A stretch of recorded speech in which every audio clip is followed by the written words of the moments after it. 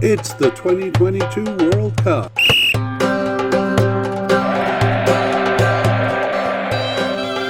It's Poland's players. Hello and welcome to the International Soccer Preview by Soccerphiles Canada. I'm Kevin, and today we'll be looking at Poland's squad for the 2022 World Cup. Also, this preamble is going to be the same for every mediacast we do for the Players series.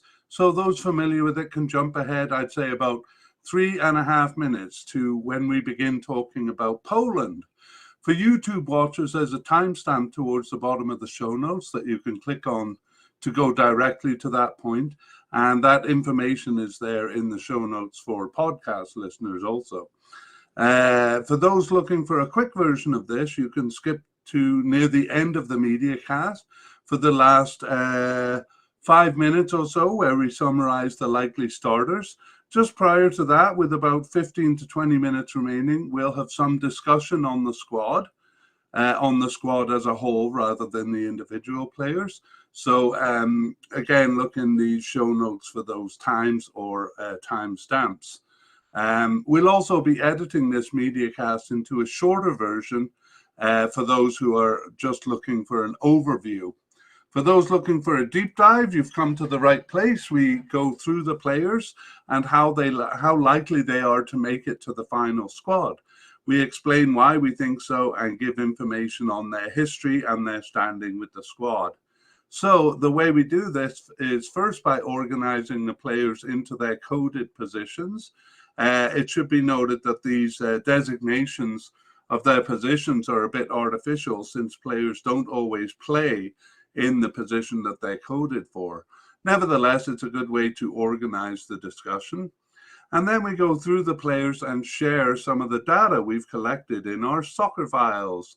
And using that data, we try to predict how likely the player is to make the team, based mostly on their recent participation, but a couple of other factors as well.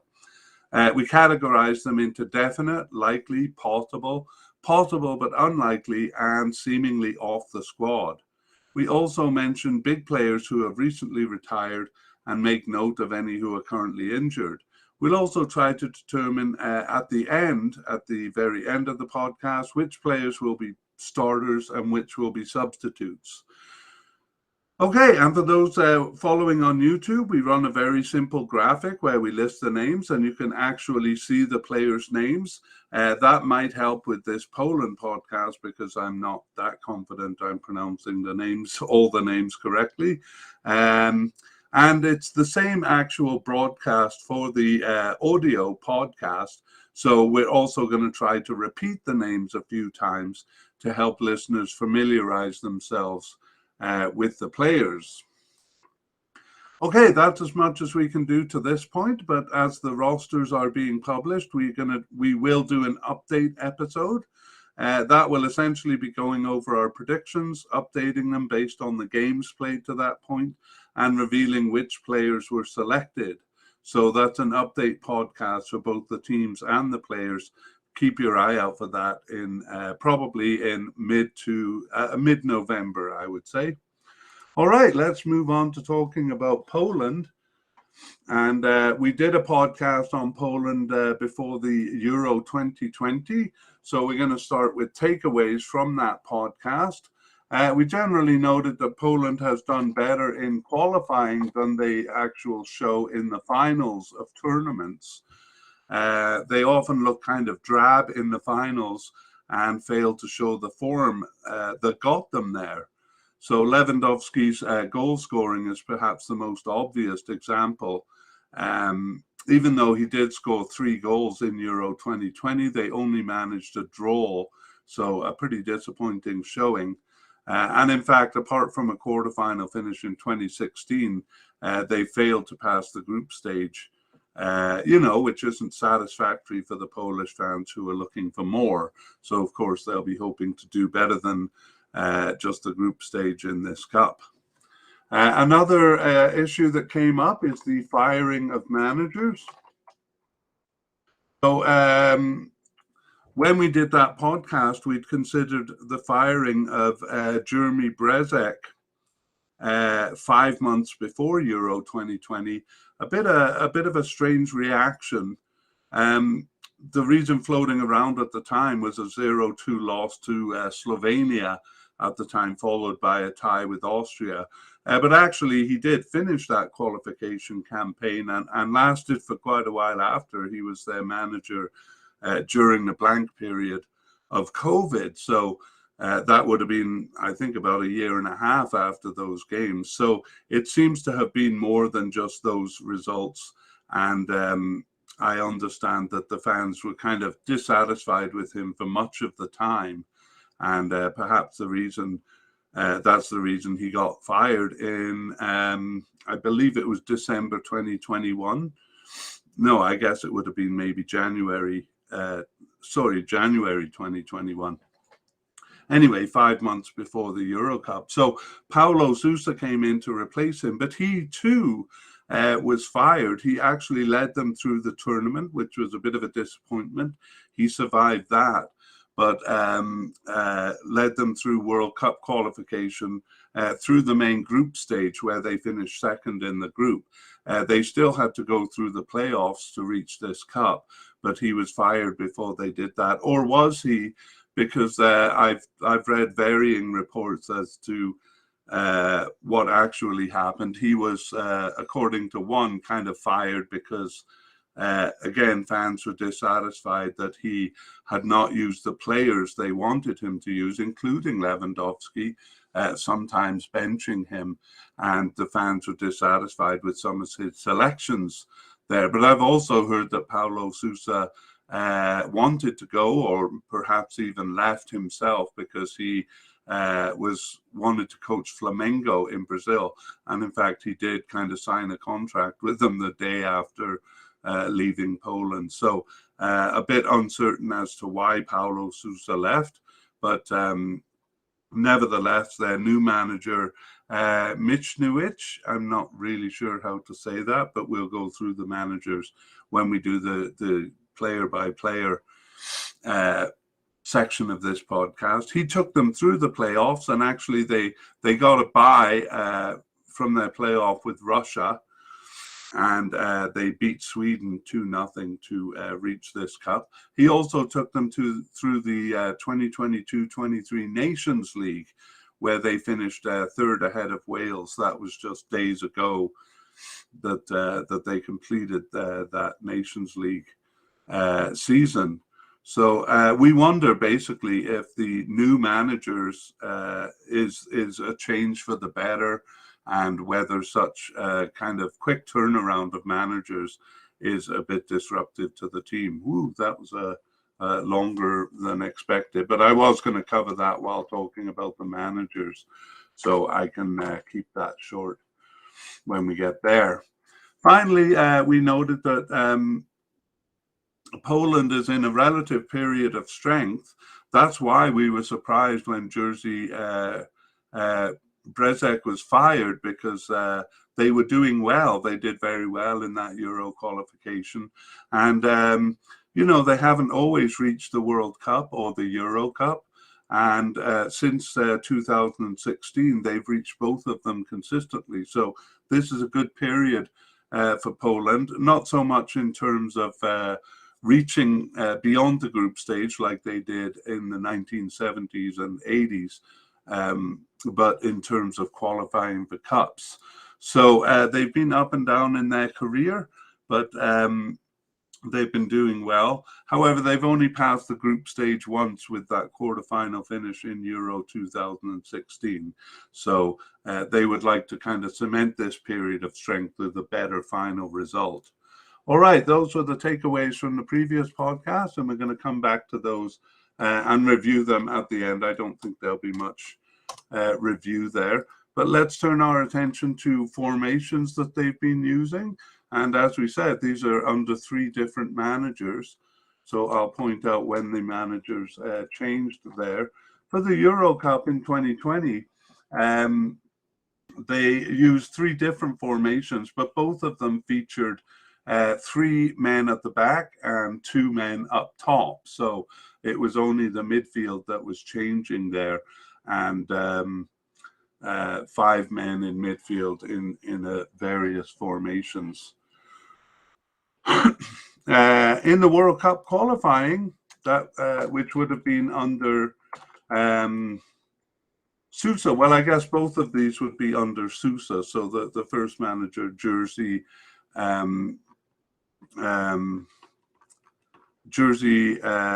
Brezek, would not be part of these formations here. So Paulo Sousa continued into World Cup qualifying, started game one with 4 at the back, a 4-4-2 formation, but then went back to that 3-man back line and 2-man front line. And again, it was only the midfield 5 that varied. So ranging from a 3-5-2 to a 3-1-4-2 to a 3-4-2 to a 3-4-1-2. So 3-1-4-2, 3-4-1-2, and 3-5-2. So pretty consistent in terms, at least, of the defense and the offensive line. Now, Sousa would have been fired after that, or whether he quit, always fired. But under the new manager, for the World Cup qualifying playoff, they went with a 4-man back line, and they continued that into Nations League games. So a 4-1-4-1 against Sweden in that World Cup qualifying playoff. So just one forward there. And that's the first time since the Euro Cup they just had the single centre forward. And in the Nations League, basically 4 men at the back for the first few games. But for game 5 and 6, just in September here, they went back to the 3-man lineup. So that's kind of significant for those who watch formations here. So it looks like the new manager kind of tried a 4-man back line, but seems to have decided that a 3-man back line is for the better. Also, there was a lot of variation at the front line. So 3 times using 2 men at the front, and 4 times, including the World Cup playoff, just the single striker. Okay, so that is the situation. So generally, when you picture Poland, you're generally picturing 3 men at the back, some variety in the middle of the field as to the formation, but usually with wingers, and 2 forwards. All right, let's take a look at the squad. So we'll begin with the managers, and we talked about that during the takeaway notes from the previous podcast. So I won't repeat all that, but maybe I'll start at the beginning with Jerzy Brezek.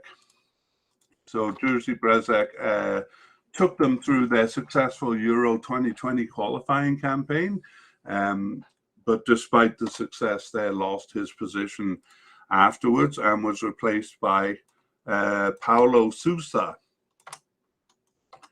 Paulo Sousa took them through Euro 2020, where they actually didn't do well, but he survived that and took them through World Cup qualifying through the main group stage. However, he was replaced in December 2021, and their current manager, who I'll put at the top here, is Czesław Michniewicz.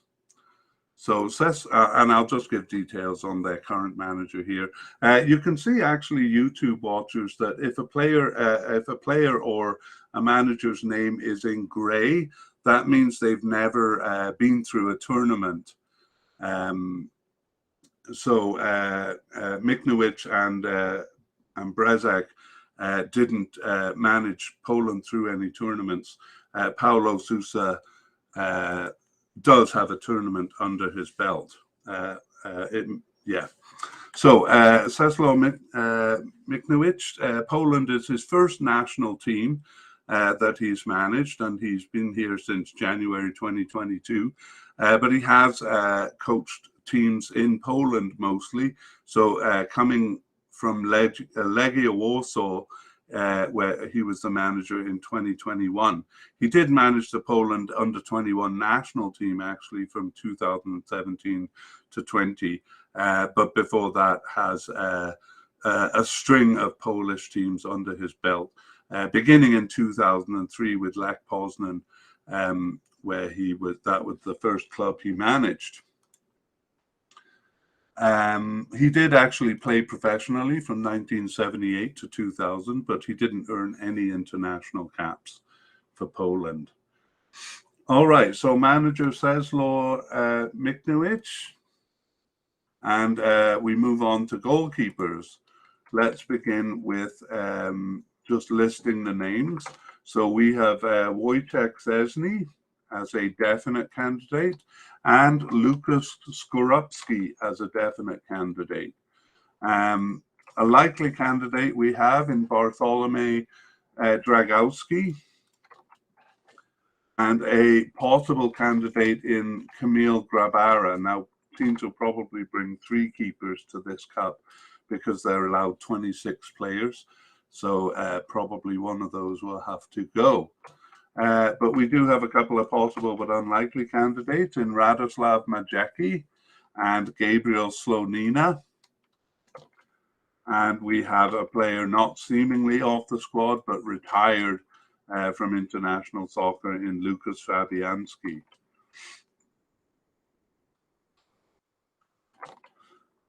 So let's go through those players and see how they're doing with the team. So we begin with Wojciech Szczesny. He started 8 of their 13 games since the 2020 Euro Cup. Keep in mind that Euro Cup was played in the summer of 2021, and I'll probably slip up a few times and say 2021 here.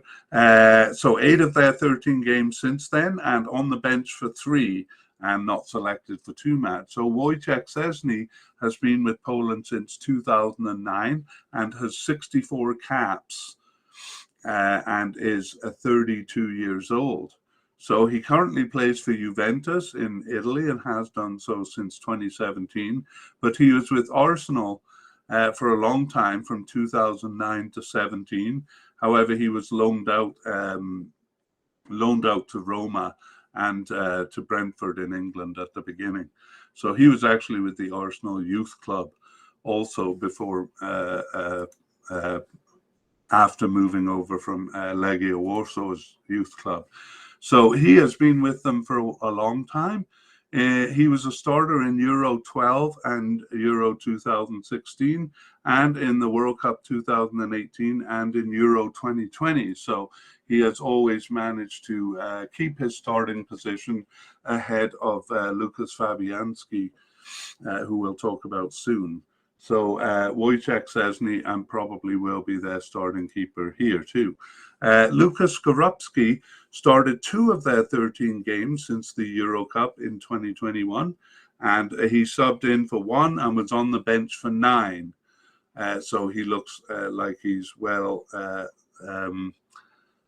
positioned for the backup keeper role. He did miss the last match, which was always a bit disturbing. And that was actually the last match in June. So,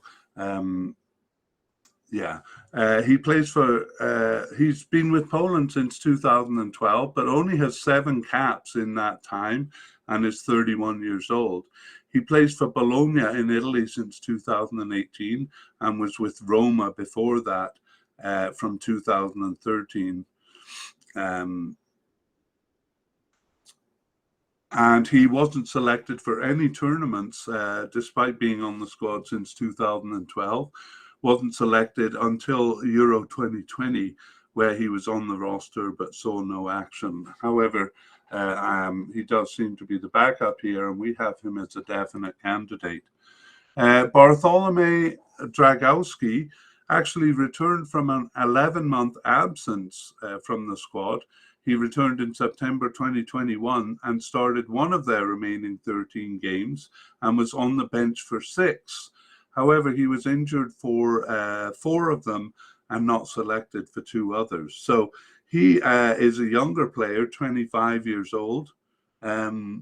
Yeah, 25 years old, and he's been on the squad since 2020 and has 2 caps, so that's okay. And he plays for Spezia in Italy and was with Fiorentina in Italy prior to that.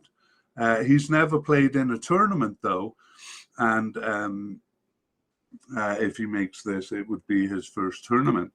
The possible candidate is Camille Grabara. So he got his first appearance on the bench in November 2021 and started one of the remaining 8 games.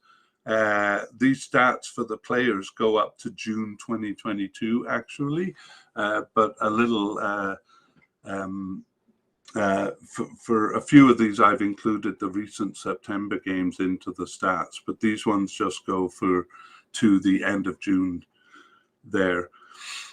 So one of their remaining 8 games to the end of June, and on the bench for 5 and not selected for 2 others. So he's kind of in there with a shout as a candidate for the World Cup squad, but we think he has a bit of a weaker claim than the players above him there. Okay, and then we have 2 possible but unlikely candidates in Radoslaw Majecki. So he actually returned after a 2-year absence in October 2021. He didn't start any games, but he was subbed in for 1 and on the bench for 1, but not selected for the last 8 matches. So the 23-year-old not looking likely to make the squad. He plays for Monaco in the French league. Gabriel Slolina got his first appearance on the bench in December 2021. He didn't start any games, but he was on the bench for 1. So pretty unlikely. But he may be an up-and-comer. He's 18 years old, and he's with the Chelsea squad in England. He's been loaned out to Chicago Fire in the USA a couple of times. So perhaps look for him in the future. But this cup, he doesn't seem to be a likely candidate. Finally, we have Lucas Fabianski, and we're basically bidding farewell to him. He last appeared for the national team in October 2021, and he announced his international retirement in August of that year. So that October game was kind of a farewell match. It was against San Marino, so they could afford to kind of make it a celebration. So I won't go through Lucas Fabianski's biography, except to say 2 things. One, that he was kind of always a backup keeper to Wojciech Szczesny, always a threat to take over because he's a very good keeper and, had a good opinion amongst the fans, but never managed to become a starter. And the other point is that he is still active as a player at the club level, playing for West Ham in England. Okay, Lucas Fabianski out of the picture. So we'll summarize this just by saying how things have gone over these since the Euro Cup and including the Euro Cup. It was Wojciech Szczesny in the Cup, as we saw. In World Cup qualifying, it was Szczesny playing all the games except for that one farewell game that Fabianski played. However, in the Nations League, they started giving a chance to these other keepers.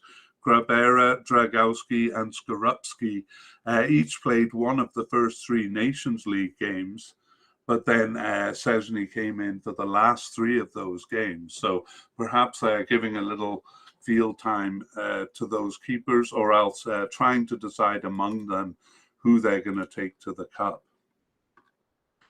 Let's move on to defenders, and we'll start with central defenders here.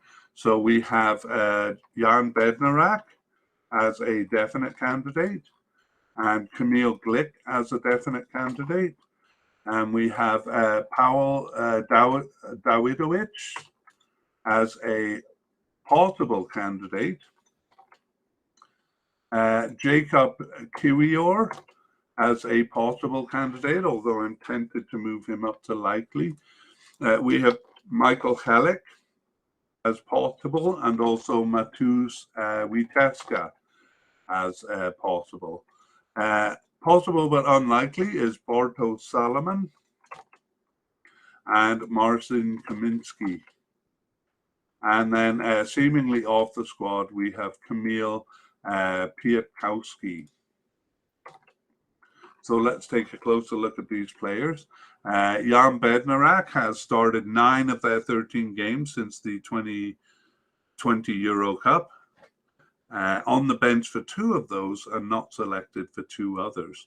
So Jan Bednarek has 42 caps and 1 goal since his first cap in 2017, and he is 26 years old. He plays for Southampton in England since 2017, but actually recently has been loaned to Aston Villa. He moved over to England from Lech Poznan in Poland, where he was there from 2013 to 17.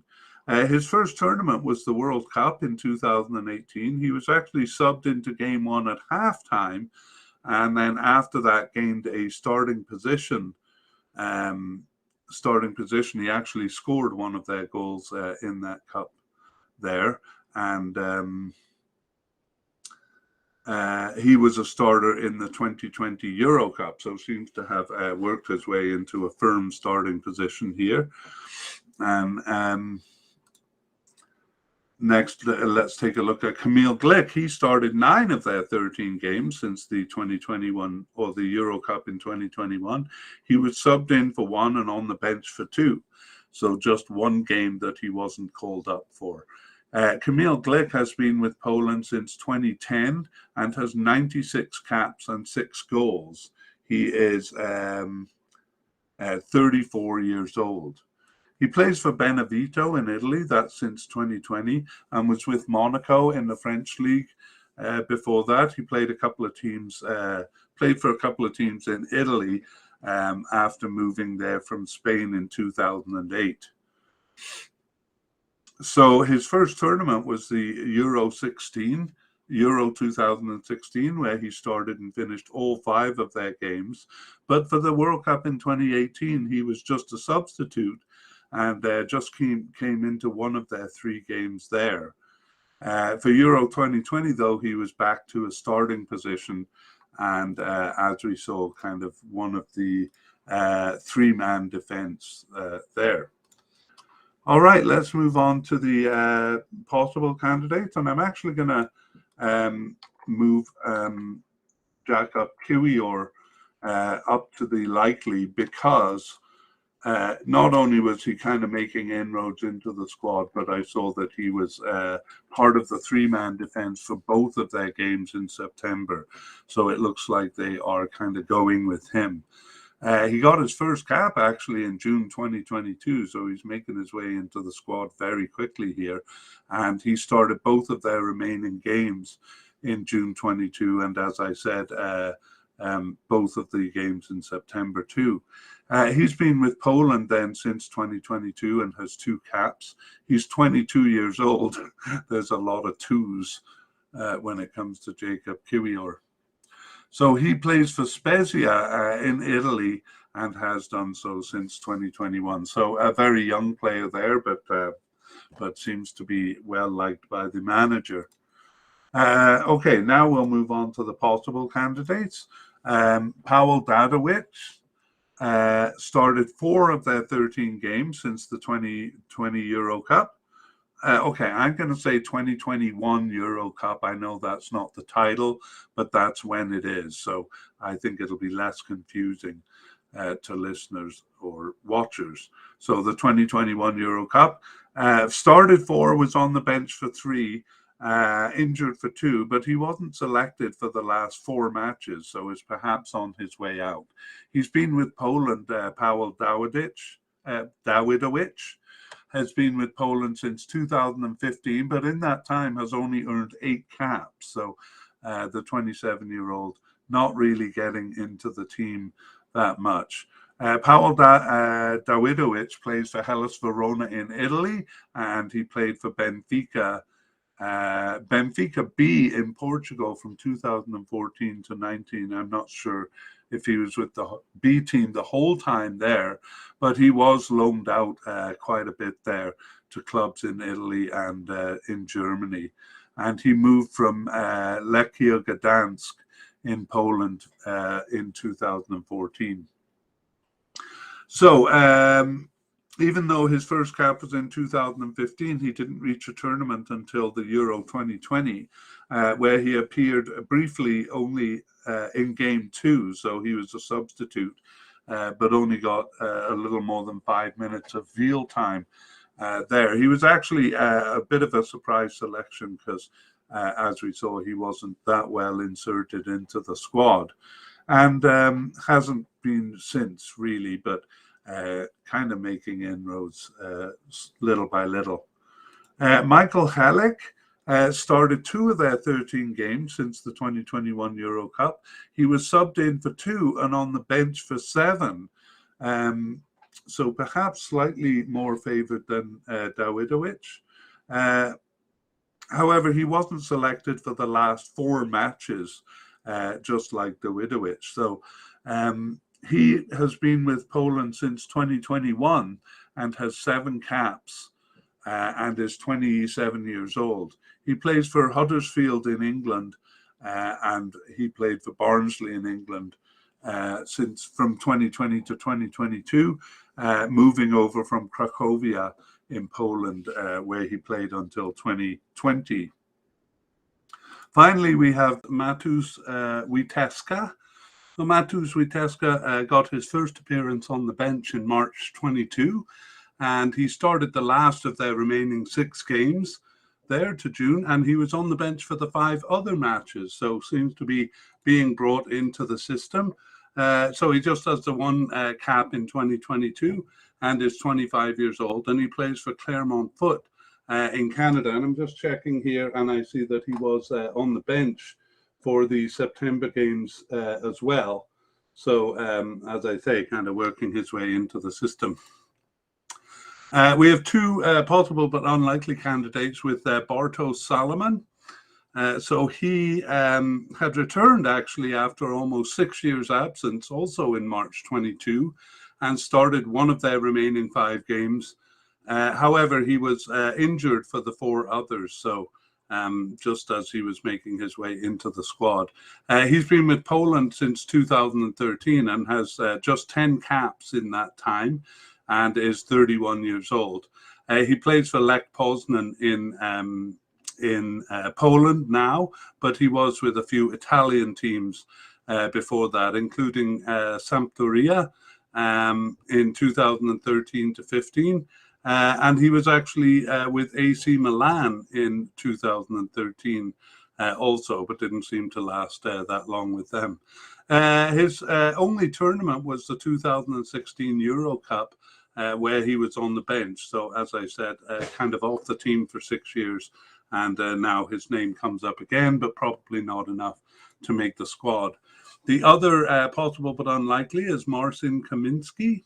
So Marcin Kamiński last appeared on the bench in June, or had last appeared on the bench in June 2019. And he too also returned after an absence. His was 3 years long, and he came back in March 2022, but didn't start any games.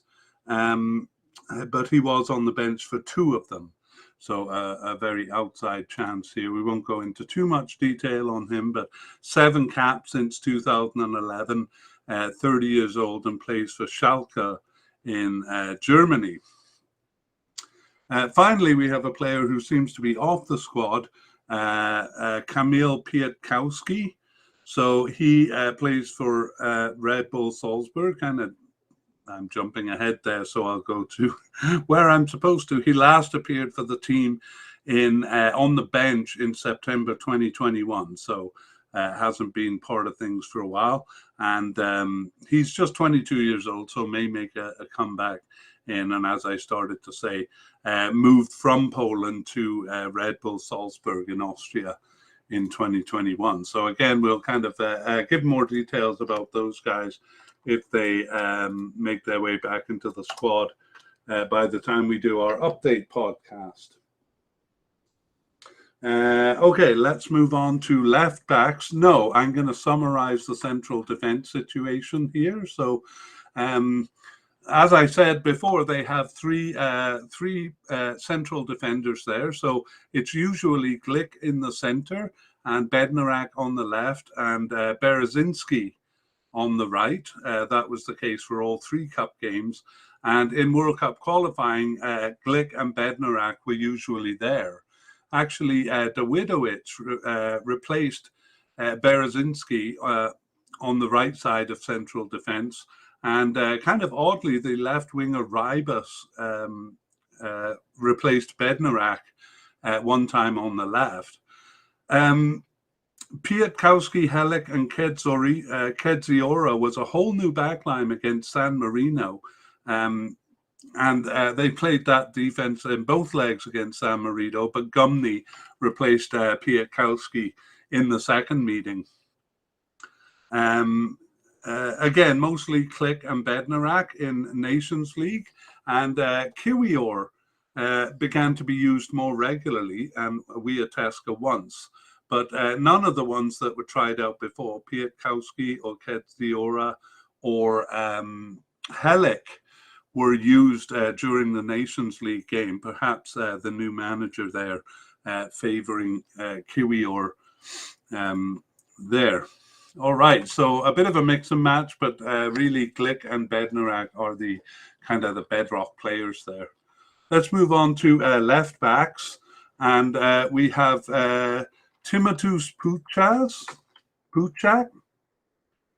as a likely candidate, Timotheus Puchak, and Arkadiusz Reka as a possible but unlikely candidate, and Kamil Pestka as a possible but unlikely candidate too. Now, I should note, again, if you think about kind of a three-man defense, that there really is no left back in that situation. So a lot of times the left back will push up to more of a left winger role. And sometimes that is played by a left back who pushes up, but sometimes it's played by a left winger or even a central midfielder kind of in the middle of the pitch. Timotheus Puchak started 6 of their 13 games since the 2021 Euro Cup, and he subbed in for 1 and was on the bench for 3. Suspended for 1 actually, and not selected for 2 more. So he has been with Poland just since 2021, but has 12 caps in that time and is just 23 years old. So doing quite well, making his way into the team. He plays currently for Union Berlin in Germany, but actually was loaned out recently to Trabzonspor in Turkey, although that loan period has expired. And prior to that, he was in Poland with Lech Poznan and other teams besides. So his first tournament was the Euro 2020 Cup, and he was subbed into game 1 and actually gained a starting position for games 2 and 3 there. So Timotheus Puchak, a likely candidate for the squad. Arkadiusz Reka returned after a 12-month absence in March 2022. So we've had a few players returning in March 2022, and we can guess that the new manager is kind of making some recalls to try out some of these players. He came back to play, to start one of their remaining 6 games and was on the bench for 1 other. And he is 27 years old, and he's been with the team since 2018 and has 15 caps. And he's played for several clubs in Italy, currently Spezia, but Atalanta in Italy for 4 years before that, and several other clubs. He moved from Poland in 2018 to play for Italian clubs. So Arkadiusz Reka, possible but unlikely. Kamil Pestka is got his first appearance on the bench in June 2022 and didn't start any of their remaining 4 games, but was on the bench for 1 of them. So he is 24 years old and plays for Cracovia in Poland, but not a likely candidate to be chosen for the squad. So again, not a lot of players for left back, but as I said, the position's not really used. So in the three-man central defense formation, Puchak was used as a winger twice in the cup and about half the time in World Cup qualifying. Otherwise, it was a left winger that was used. And in the four-man defense, Puchak was the left back. And actually, Berezinski, the normal right back, came over once to play on the left. And a couple of times I think they actually only used the four-man defense. No, anyway, I have a note here. A left winger was used once. So we'll talk about left wingers a bit later. Let's move on to the right back position. And I've already just mentioned the name Bartosz Berezinski. So we consider him a definite candidate. Just let me clean up my YouTube graphics a little bit here. Okay, so Berezinski, a definite candidate. And also a right back, mediacast. mediacast just coming into the Polish team here, but already we consider him a definite candidate too. And I think I mentioned Robert Gumney playing in central defence briefly, but actually he's a right back, and we have him as a possible candidate. And same as Thomas Kedziora. So both of those guys took a turn as the right central defender when they have a three-man back line there. So let's go back to Bartosz Berezinski, and he started actually only 4 of their 13 games since the Euro Cup. But he was subbed in for 4 and on the bench for 3, and the only 2 he missed were when he was injured. So he's a big name for the team, and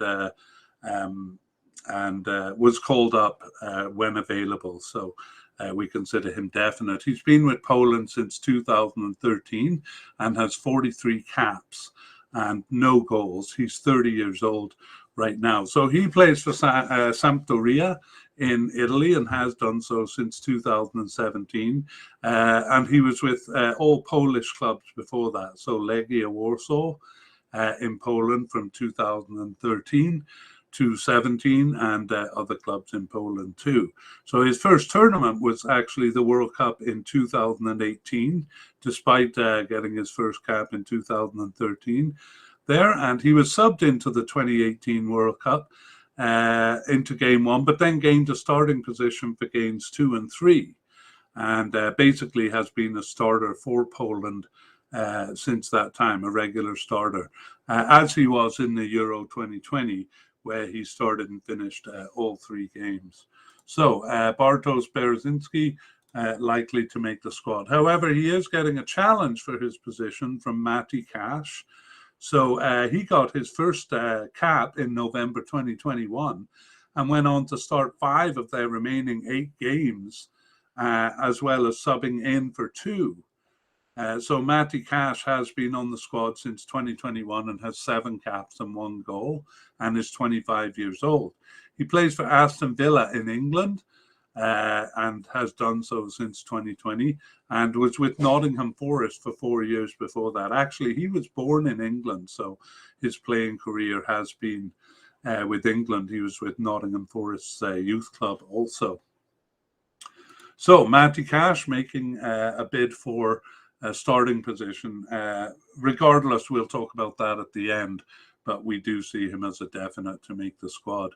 Robert Gumney had returned after an 11-month absence in October 2021 to start 2 of their remaining 10 games, as well as being subbed in for 2, and not selected, though, for the other 6.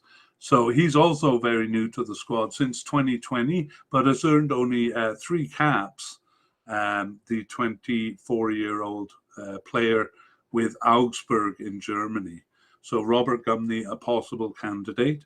And Thomas Kedziora, despite being listed as a right defender, for Poland, he's only played as a central defender in that 3-man backline we've been talking about, or at least in recent times, I should say. In the period we're talking about, since the Euro Cup, he started 3 of their 13 games and was on the bench for 7, actually, but he wasn't selected for 3 others, including 2 of the last 3 matches. I'm just looking to see if he was called up in September, and he was on the bench for the second game there, but it doesn't seem like he was called up for the first one, so just called up for one of them, according to my source here. So, yeah, I mean, that in itself kind of puts him as a maybe, and that's what we have here. So actually, he's been with the team since 2017 and has 26 caps and 1 goal. He's 28 years old. He plays for Dynamo Kiev in Ukraine. I believe they're playing their games in another country for the time being. But he's still with them, and he played for Lech Poznan in Poland before 2017. He wasn't selected for the 2018 World Cup, and for the 2020 Euro Cup, he was on the bench. He didn't see any action there. So it looks like he was maybe a bigger part of the setup prior to this period, but kind of on the outskirts here. So Thomas Kitsoria, a possible candidate. So let's look at the situation. Left back, again, in their 3-man defense formation, there's not much room for a right back. So if one is used, he'd probably be pushed up the field and play the winger role. Berezinski and Cash have both played right back when it has been a 4-man defense. Berezinski tends to play a little bit more as the right winger in the formation, but Cash has done so twice, and Gumney once. I'm making a mistake there. Cash and Gumney, they've kind of shared the right defense when it's been a 4-man formation, but Berezinski is used on the wing a bit more than the others. So still kind of holding down his place there. And Matty Cash is kind of in line, probably ahead of Robert Gumney as the backup. But Cash is making kind of a bid for the starting spot. All right, well, that brings us to the end of the defense. So we're going to move on to talk about the midfield now. And we're going to lump defensive and central midfielders together here, and actually they do kind of switch around quite a bit, which I'll get into a little bit. But the most defensive of the midfield is probably Gregor's Krychowiak, and we have him as a definite candidate. So Gregor's Krychowiak, and Jacek Goralski we have as a possible candidate, but unfortunately an injury doubt as well. And then there's one more defensive midfielder, Christian Bielik, who we have as a possible but unlikely. So we'll just kind of go over these players before we go on to the other central midfielders. Gregor's Krychowiak started 8 of their 13 games since the 2021 Euro Cup, and was subbed in for 1 and on the bench for 1. And he was actually suspended from play on 2 separate occasions for too many yellow cards as well. But he's a kind of a veteran with the team since 2008 and has 91 caps and 5 goals and is 32 years old. So he plays for Krasnodar in Russia. But because of the political situation in Russia, the Polish players have been told to find different teams. So he's been loaned to Al Shabaab in Saudi Arabia for the time being, and he was also with AEK Athens in Greece. But he was with actually Lokomotiv Moscow in Russia from 2019 to 21, and he was with Paris Saint-Germain in France from 2016 to 19. So he's actually been with some pretty big clubs, including Sevilla and Bordeaux. And he was actually with the Bordeaux Youth Club as well. He actually moved from Poland to the Bordeaux Youth Club in 2006. So he was his first tournament, because Poland didn't qualify for a lot of tournaments. His first tournament was the Euro Cup in 2016, where he started and finished all 5 games. They reached the quarterfinals there, and he was a starter in the 2018 World Cup, as well as Euro 2020. Although he he received a red card in game 1 of the Euro Cup, so he was suspended for game 2. So a starter for the team, and as I say, the most defensive of the kind of central midfielder, which makes sense because he is coded as a defensive midfielder. Grzegorz Krychowiak, a definite candidate. Jacek Goralski returned after a 16-month absence in March 2022, so we're seeing a pattern there of players coming back in March. That would be around the time of their playoff with Sweden. And he started 3 of their remaining 5 games to June 2022, and he was subbed out for 1. He has been injured as well. He was out with a muscle injury. So I believe he is a doubt for the Cup, but I'll get into that at the end of the podcast. Otherwise, we would consider him a likely we would consider him a possible candidate. He has been with Poland since 2016 and has 21 caps and is 30 years old. And he plays for Bochum in Germany. He's been with some interesting teams, actually. Kairat in Kazakhstan and Ludogorets in Bulgaria.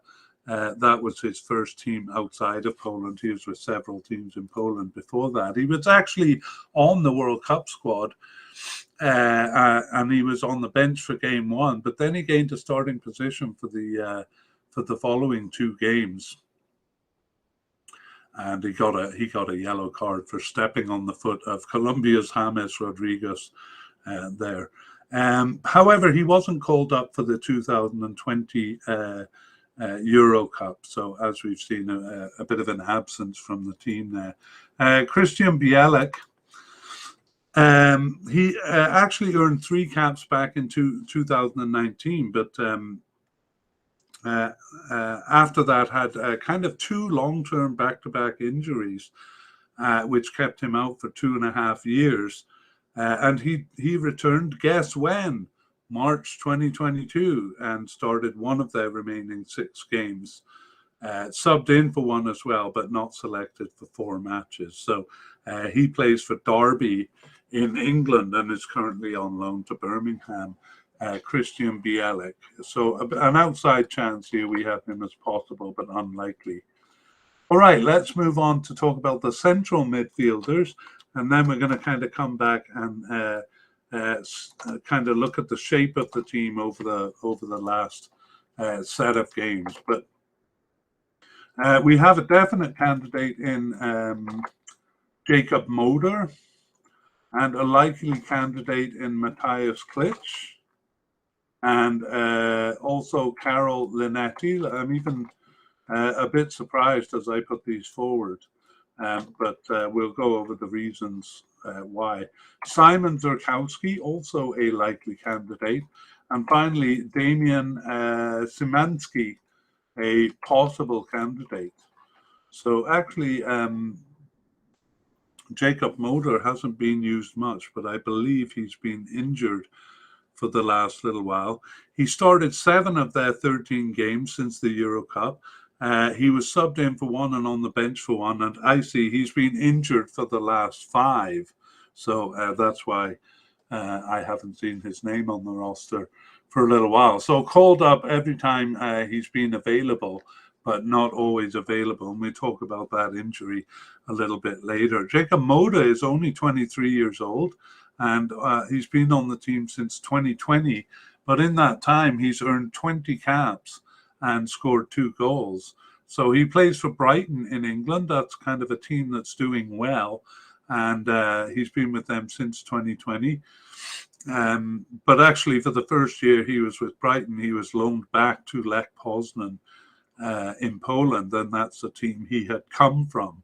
So, but after that, when he came back to Brighton, he's been doing quite well. So, sorry, I just have to take a little drink here.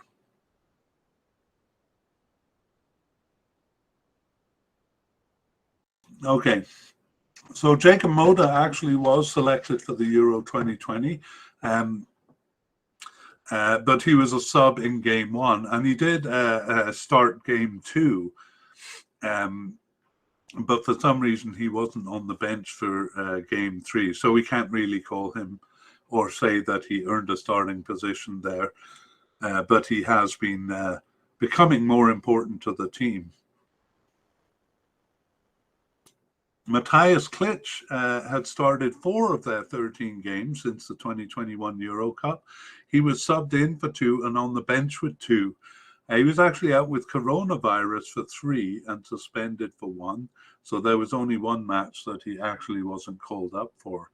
Matthias Klitsch has been with the team since 2011 and has 40 caps and 2 goals. He's 32 years old right now. And he played for Leeds United in England and has done so since 2017. Prior to that, he had a spell in the Netherlands and played for a couple of teams in Germany. And he moved from Poland, from Cracovia, in 2011. He's been abroad since then. In the Euro 2020, which was his first cup, kind of surprisingly, given that his first cap was in 2011. But he was a starter in the Euro 2020, starting all 3 games there. And so we have him as a likely candidate here again, just started 4 of their 13 games. Carol Linetti started 5 of their 13 games since the Euro Cup and subbed in for 2 and was on the bench for 2. And he plays, he's been with Poland since 2014 and has 41 caps and 5 goals. He's 27 years old. And he plays for Torino in Italy since 2020. And he was with Sampdoria in Italy for 4 years before that. And he moved from Lech Poznan in 2016. 2016, he was actually selected for the Euro Cup that year, but he was just on the bench. And similarly for the 2018 World Cup, just a bench player. However, in 2022, he started game 1 at least, but then he lost his starting position and was just used as a sub after that. So Carol Linetti, a likely candidate, but not so much a likely starter. Simon Zurowski got his first cap in March 2022, so a lot of players coming in there. And he started 3 of their remaining 6 games, subbed in for 2 and was on the bench for 1 other. So has been consistently with the squad since he came back, or since he got his first cap in March this year. He has 5 caps and is 25 years old. He plays for Fiorentina in Italy since 2019, but he has been loaned out a little bit, including a loan back to Górnik Zabrze in Poland, where he kind of came from in 2019. So for the 2018 World Cup, he was named to the preliminary squad and made the cut from 35 to 32, but then didn't make the final cut. And as I said, kind of hadn't actually earned a cap during that time. So he got his first cap in 2022. Damian Szymanski earned caps in 2018, so that's when he got his first caps, but he was off the team for a while and he returned after a 2-year absence in September 2021 and started just 1 of their remaining 13 games, but he was subbed in for 3 and on the bench for 3.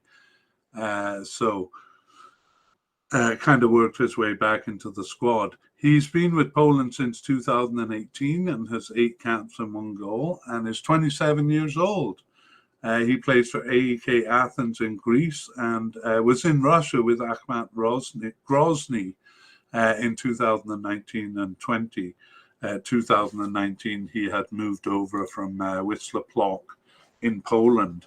So a possible candidate in Damian Szymanski. Now, it's a bit of a complicated situation in the central midfield. And as you can see, none of these guys have a lot of caps. Even the definite candidates, Krychowiak and Jacob Moder, have 7 out of 13 caps and 8 out of 13, I shouldn't say caps, 8 out of 13 starts. So you can see they're kind of mixing and matching quite a bit in the central midfield. But it is usually 2 or 3 players on the field as central midfielders. We saw that Krychowiak got a red card in the first game and was actually replaced by attacking midfielder Zielinski. So sometimes the attacking midfielder will come back into the center.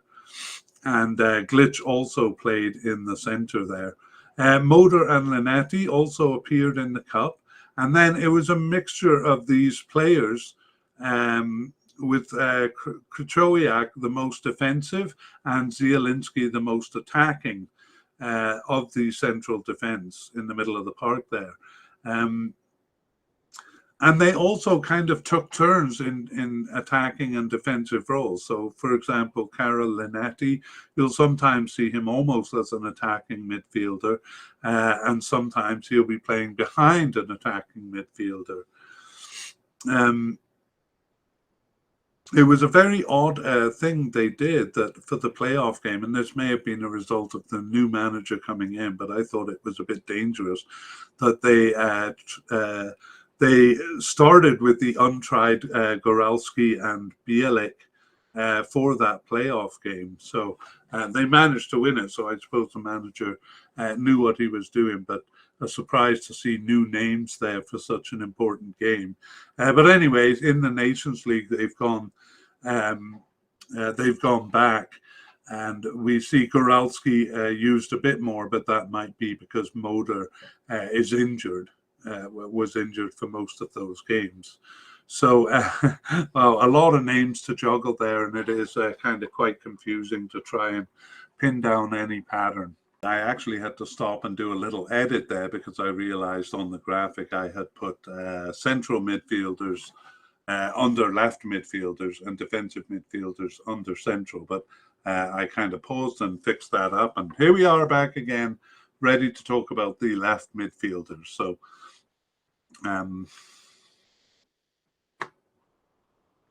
we actually just have one player coded as a left midfielder, and that is Kamil Grosicki.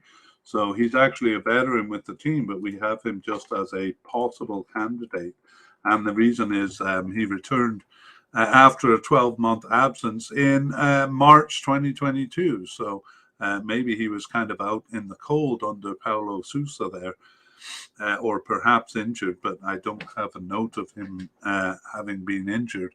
However, he didn't do well under the new manager either, because he didn't start any of the remaining 7 games, although he was subbed in for 3 and on the bench for 2. So he's one of the more familiar names to me on Poland's squad, but actually hasn't been involved for a little while. He was part of the squad since 2008. And has 86 caps and 17 goals, and is 34 years old right now. He has returned to Russia, to Poland since 2021, and he played for West Bromwich Albion in England, and Hull, and Rennes in France, Sivasspor in Turkey,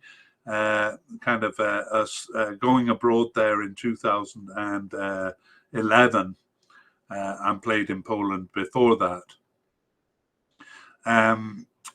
Kamil Grosicki was a sub in the 2012 Euro Cup, and in the 2016 Euro Cup he started as a sub but gained a starting position during that tournament, and he was a starter in the World Cup also.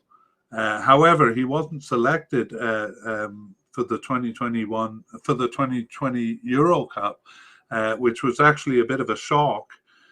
He had played 19 of their 21 games in the build-up to that cup, but not selected for the final squad. So I wonder if there's a story behind that. But if there is, I don't know what it is. However, called back up in March 2022, but not as a starter. So we'll have to see what becomes of him in the cup. I'm actually going to do left midfielders and left wingers at the same time, because they kind of overlap each other quite a bit here. As we saw, it's usually kind of a winger position, but often an out of position player will play that wing position, maybe a defender or a central midfielder.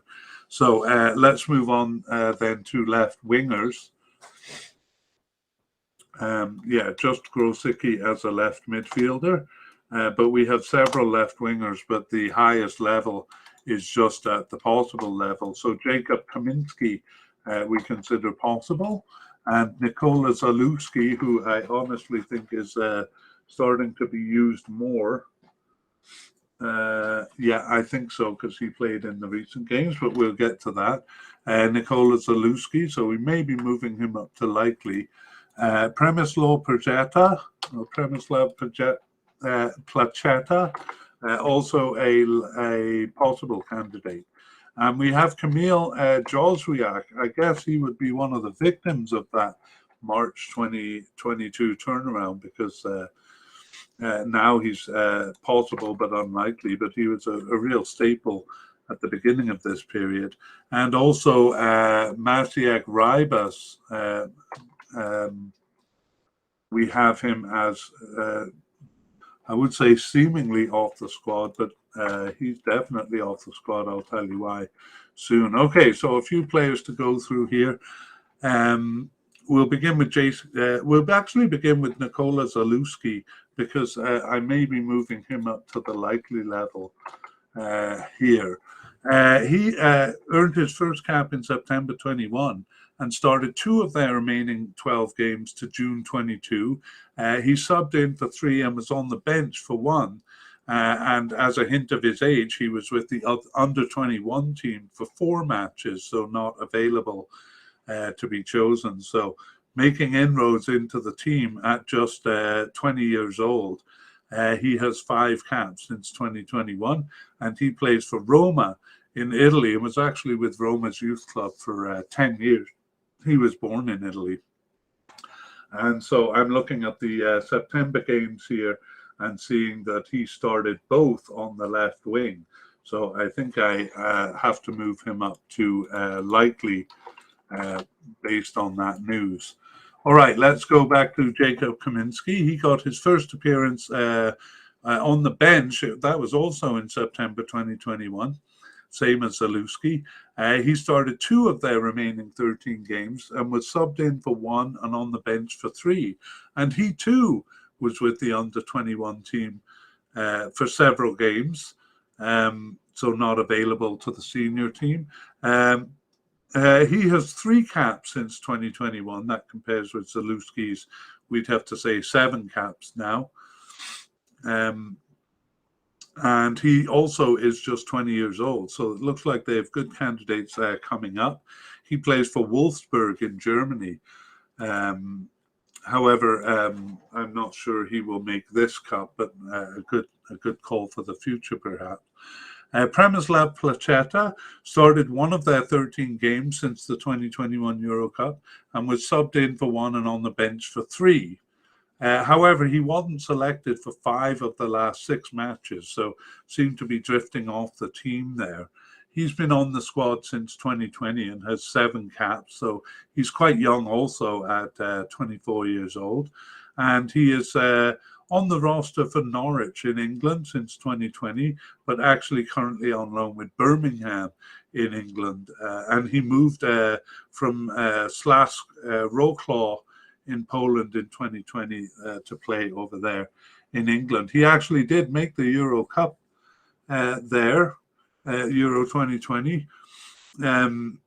But he only appeared in game 3, where he was subbed in for 12 minutes. But I gotta say, he made the most of those 12 minutes with 3 noteworthy plays in that short time. So 2 of them were impressive crosses. So based on that, I kind of thought he might make bigger inroads than he has. Okay, moving on to the possible but unlikely, Kamil Jozwiak. And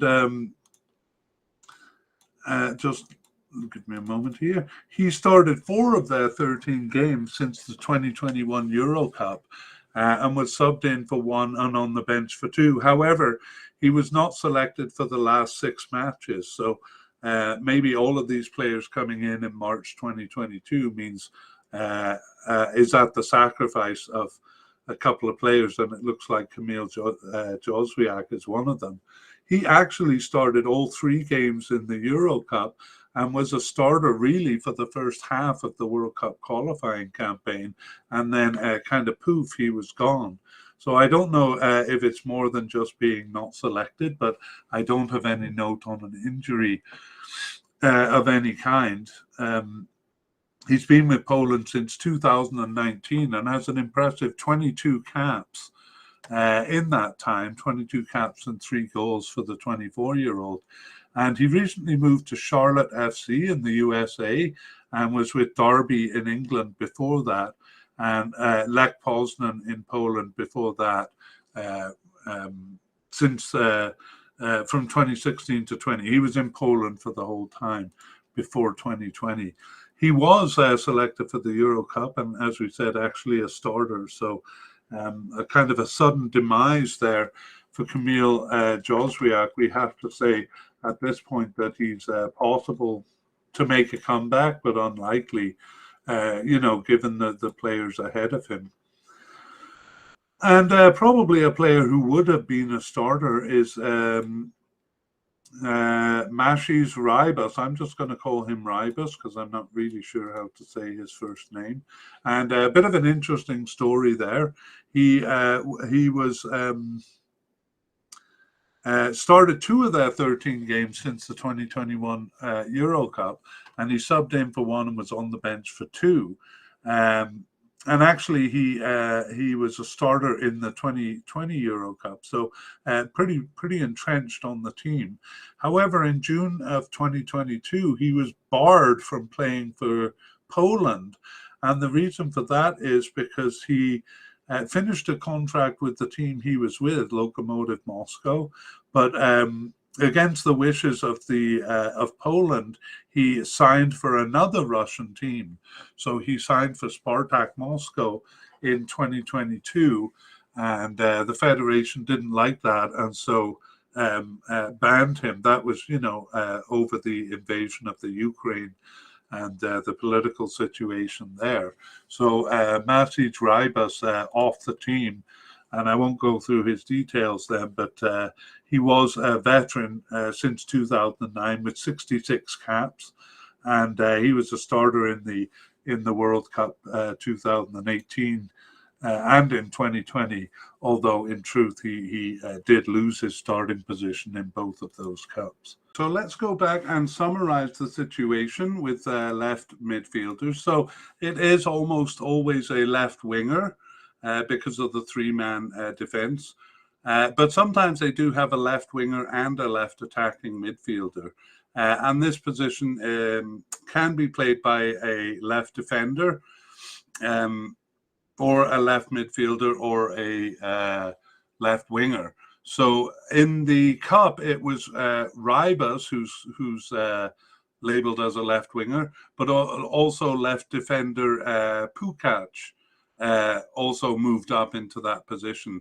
In World Cup qualifying, it was usually Pukac, but a few people kind of took a turn at the position, including left winger Placheta once, and Szymanski twice, and Frankowski also took a turn one time. In the Nations League games, it was Zurowski, a central midfielder, and Goralski, a defensive midfielder, both taking the position once. So a bit undecided there, but Pukac is the one who has played it probably the most. All right, let's move on then to the right side. And that's going to be the same over there, actually, with the position usually a winger. And we'll combine once again right midfielders and right wingers. Well, not much work to do there because we don't have any players coded as a right midfielder, but sometimes the central midfielders will push out to the right a little bit. And in fact, we only have a couple of players coded as left wingers. So we have Przemysław Frankowski, who we think of as a likely candidate. And we have Konrad Michalak as a possible but unlikely. So let's take a look at these players. Przemysław Frankowski started 4 of their 13 games since the Euro Cup and subbed in for 5 and was on the bench for 1. And he's been with the Polish team since 2018 and has 24 caps and 1 goal. He is 27 years old. He plays for Lens in France, that's since 2021, and was actually over in the USA playing with the Chicago Fire in 2019 to 21. In 2019, he had moved over from his Polish club and had played in Poland his whole career before that. So he didn't make the team in 2018. He actually was selected for the preliminary squad. He made the 35-man squad was cut to 32, and he made that cut, but he didn't make the final cut. In the 2020 Euro, he was subbed in to all 3 games, and but wasn't a starter in that cup. He assisted a goal with a cross there.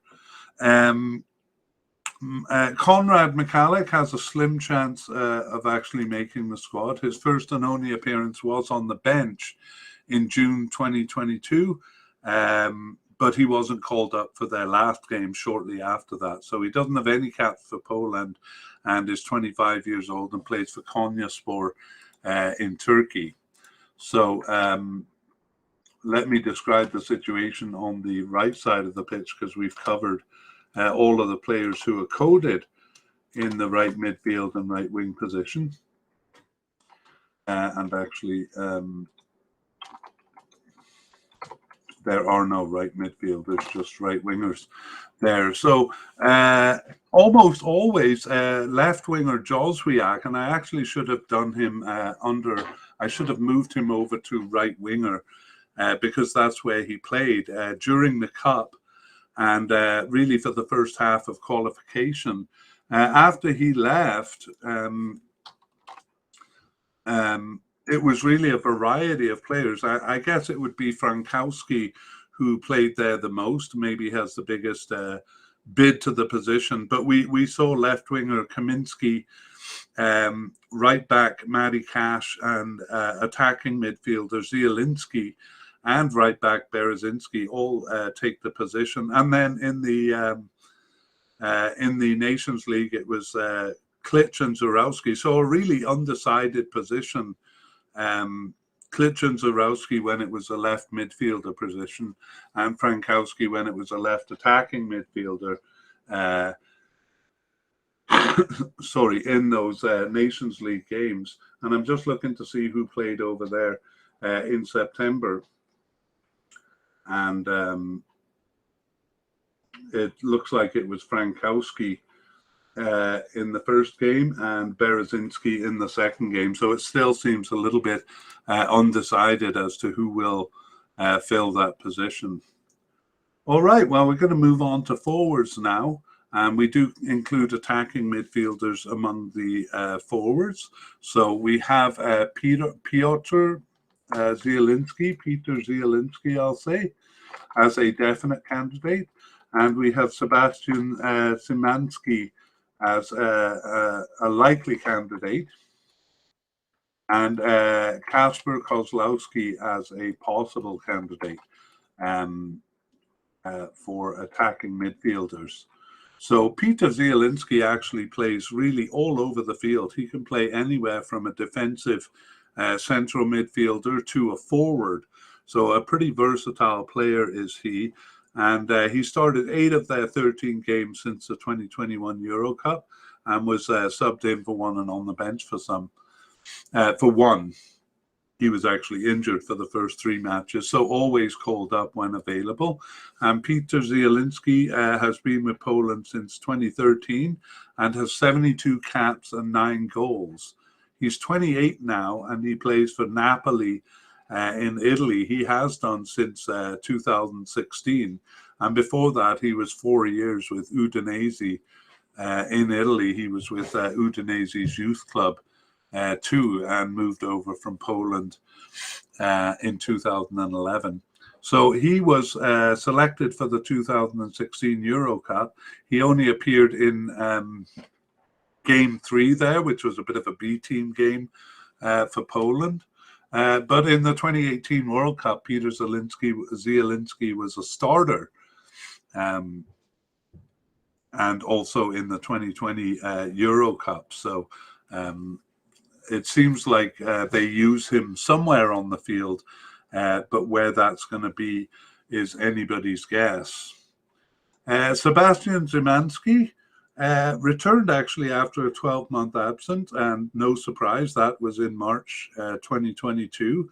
And he started 3 of the remaining 6 games and was subbed in for 1 and on the bench for 1. So we have him as a likely candidate because he's been called up regularly. He's been with Poland since 2019 and has 15 caps and 1 goal. He's only 23 years old, and he plays for Dynamo Moscow in Russia, or he's on their roster at least. But as I said, they've been loaned out for the most part to other teams. So he was loaned to Feyenoord in the Netherlands since 2022. He was with Legia Warsaw before that. Despite those caps, he hasn't been selected for a tournament yet. He was on the final roster he was on the preliminary roster for the 2018 World Cup, but didn't make the final cut there. And in Euro 2020, it was a bit of a surprise, actually, that he wasn't chosen because he had played 18 of their of 17 games in the lead up to the Cup, and was on the bench for the 6 others, but he wasn't selected in the end. He was kind of placed on a standby list there. However, we have him as a likely candidate here. And finally, we have Kasper Kozlowski, who's just a possible candidate here. He started 1 of their 13 games since the Euro Cup and was on the bench for 1. But actually, for 7 games, he was with the under-21 team. He's just 19 years old, Kasper Kozlowski. Nevertheless, he's got 6 caps since his first in 2021.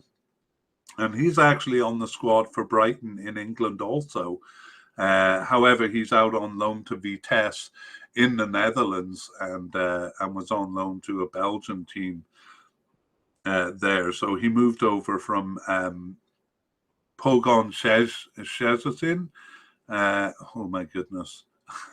These pronunciations are tough. Anyway, he moved over from his Polish club in 2022, but has been out on loan. So he actually did make the Euro Cup despite his young age, and he was subbed into games 2 and 3. Actually, his subbing into game 2 made him the youngest ever player to appear or to be fielded at the Euro Championship there. So he had been a bit of a surprise selection there, and to be honest, he would be a bit of a surprise selection here too. So we'll kind of summarize by talking about the attacking midfielder position. We don't have any secondary strikers, by the way. We would add them to this section, but nobody is coded that way. So when there is an attacking midfielder role, it's usually Zielinski, but as we've said, he's quite versatile. And I said some of the central midfielders, in fact, almost any one of them, except the defensive midfielders, can move up into a more of an attacking midfielder role. So central midfielder Linetti sometimes does that. And Kalowski and Klitsch each took one turn as kind of an attacking central midfielder, and Moder too has done that. So a bit fluid, especially in the central midfield for Poland. Okay, finally, we'll take a look at the forwards. And the biggest name, of course, for Poland is Robert Lewandowski. And we consider him a definite candidate. But we also have a definite candidate in Karol Swiderski. And we have a likely candidate in Adam Buksa.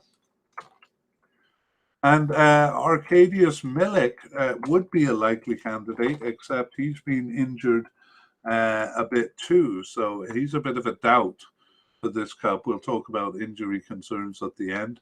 Krzysztof Piatek is also a likely candidate. And then below that, we just have one candidate in Jacob Swierzok. And he is seems to be off the squad. So let's go back to Robert Lewandowski. We could talk for a long time about him because he's a very famous player. He started 10 of their 13 games since the Euro Cup and was on the bench for one and not selected, probably rested for two others. He scored 9 of their 32 goals in qualifying. But generally, I got to say, they were against weaker teams. Albania was probably the strongest team he scored against, and he also scored against Sweden in the final playoff, but that was on a penalty. Nevertheless, he was a top scorer for his team. And he has been with Poland since 2008. He's the captain, and he has a staggering 132 caps and 69 goals. So that is an amazing number of goals, particularly. He's getting up there in age, though, 34 years old. And he recently moved from Bayern Munich, where he was with, who he was with for 8 years, recently moved to Barcelona in Spain. And prior to Bayern Munich, he was with Borussia Dortmund and then Lech Poznan in Poland from 2008 to 10. And so he's been around since actually the World Cup. I think he's the only player on this roster who appeared in the World Cup. There, he actually only appeared as a sub in games 2 and 3. And however, he was a starter in all cups after that, the 2012 Euro Cup. And from 2016, I have him listed as the captain during the tournament. So again, starting in all of those cups and scoring plenty of goals besides. Well, not always scoring goals in the tournaments, I must say. And that's been a bit of a disappointment for Poland. So even though he got 3 goals in the 2020 Euro Cup, which was good because everyone wanted to see him scoring in the cups. They only managed a single draw in that tournament, so it was kind of for naught. So what Poland would like to see is them playing as well as they play in qualifying, with Lewandowski scoring as many goals as he does in qualifying. So Robert Lewandowski, of course, a definite candidate. Karol Swiderski, though, is also definite, even though he just started 3 of their 13 games. Of course, hard to be the starter above Lewandowski, especially since they do only use a single forward in some of their games. But he was also subbed in for 6 games and on the bench for 2. So just 2 games that he wasn't selected for. So Karol Swiderski actually started with Poland just in 2021 there, so new to the team, and has 16 caps and 7 goals. So a very good goal scoring record himself. He's 25 years old, and he also plays for Charlotte FC in the United States. So making kind of a little Poland over there in America. And he played for PAOK in Greece before that, from 2019 when he moved from Poland over to Greece. He was a sub in the 2020 Euro Cup. That was his first tournament. Again, that was in 2021. That's why his caps begin in 2021. And he gained a starting position after subbing into game one, a starting position. That's because they went with two forwards. So he was alongside Lewandowski there. Unlike Lewandowski, though, he didn't score any of their goals. He had a few moments. He hit the post against Spain and made a great tackle against Sweden too, but didn't actually put the ball in the net. Adam Buksa is one of the three likely candidates we have. He returned actually after an almost 3-year absence in September 2021, and started 4 of their remaining 13 games, and was subbed in for 5. So he got 2 separate injuries that prevented him from playing 3 of the games. So ultimately, there was just 1 game that he wasn't selected for, or sorry, yeah, 1 game he wasn't called up to at least be on the squad. So he has 9 caps and 5 goals. So another good scoring record there since 2021. And he is 28 years old. He plays for Lens in France, but also, like Swiderski, had a stint in America, or Swiderski is there right now, but Buksa played for New England Revolution from 2020 to 2022, having moved over from Poland to the USA there and then back to France recently. He has not been involved in any tournaments. He did score 5 of their 32 goals in qualifying here. That's the same number as Karol Swiderski. Arkadiusz Milik is a fairly not quite a veteran in the way Lewandowski is, but he's been with Poland since 2012, so he's been through several tournaments. He only started 1 of their 13 games since the Euro Cup, and he was subbed in for 2, but he's been struggling with injuries. He was out with 3 separate injuries, covering 8 of the matches, including the last 4 matches. So we'll look at him when we get to injuries, but honestly, with Swiderski and Buksa putting the ball in the net, it may be hard for him to kind of get back his position. He has 62 caps since 2012 and only 16 goals, much lower percentage than the players we've talked about. He's 28 years old. He plays for Marseille in France, but was loaned to Juventus recently, so he's currently with them, and was with Napoli before that. So he has a really good resume with those teams, as well as Ajax and Bayer Leverkusen earlier in his career. And he moved over in 2012 from Poland to play for Bayer Leverkusen there. So he's been on the squad since he's been playing in tournaments since 2016, where he was a starter.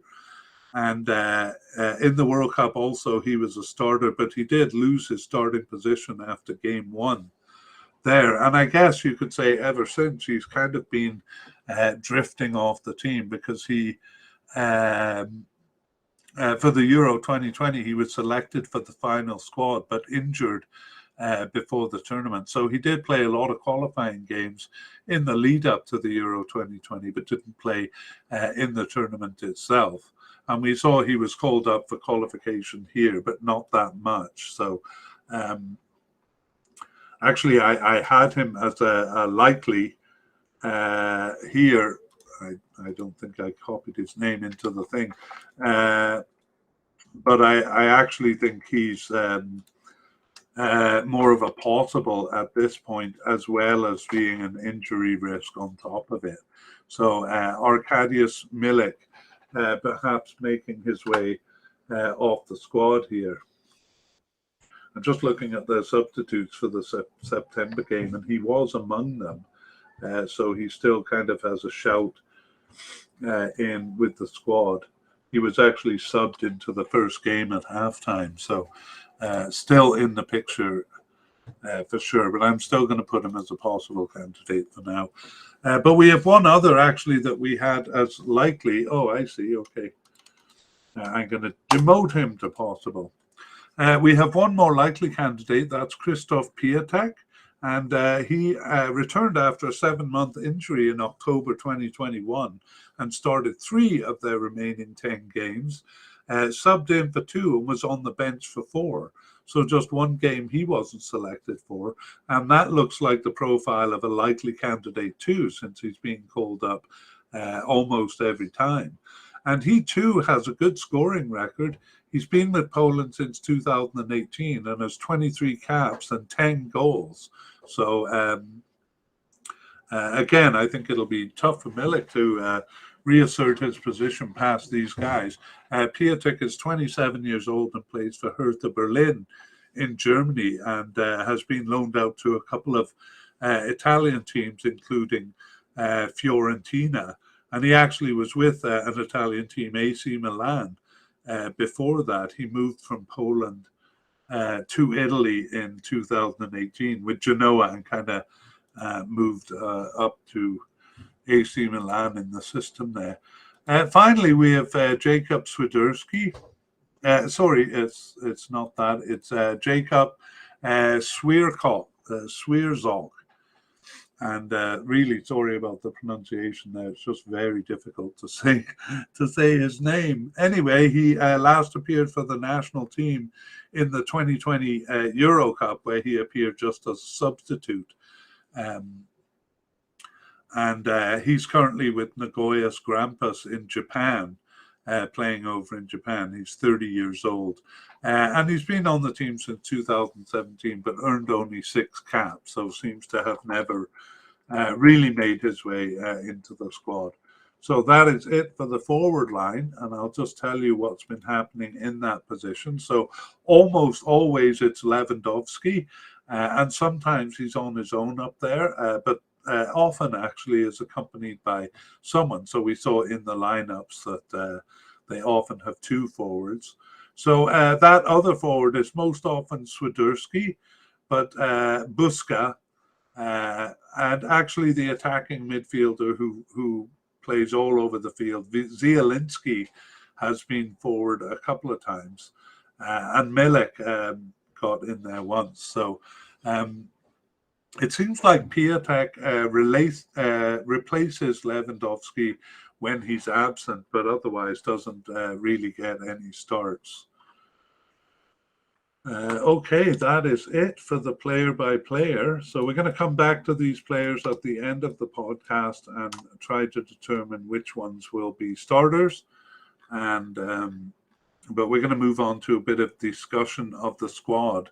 So let us go back to the points at the beginning. I don't actually have much to add to them other than to just repeat them. We talked about them being better in qualifying and having generally poor showings in the final. So 2016 was the only time they passed the group stage. But of course, Poland fans feel that they're a better team than that and would certainly like to see them go beyond the group stage, as they did in the 70s, late 70s and early 80s, where I think they got 2 third-place finishes in those World Cups. We talked quite a bit about at the beginning about the firing of managers. So through the course of this, we did see that the new manager brought in quite a few new players in March 2022 and kind of experimented with them a bit in the June games. And now that leads to a new problem, which I'll get to soon. A couple of players did kind of go off the team with the coming in of the new manager. But basically, more came in than went out. So I'll actually jump to that point right away and say, I think Poland's biggest concern is that they have too many players kind of on the plate right now, and they're going to have to narrow this down. But especially in the central midfield, they have a lot of players shuffling in and out and seem kind of undecided as to a starting squad. Actually, one of the overarching issues for me of this World Cup is whether it's better to start with a really steady group of players or whether it's better to have a bit of rotation among the players, perhaps three players, kind of three starters for two positions, and then giving those players a rest. But anyway, Poland has even a bit more than that, and will only be allowed to bring 26 players. So they'll have to cut some, and we'll talk about that later. The other point I made above was that this is a period of relative strength for Poland. And I don't really have much more to say about that. But so far, that strength has really just meant reaching cups rather than actually performing well in cups. So again, that's something they will want to see in this cup. Let's talk about club affiliations on the whole.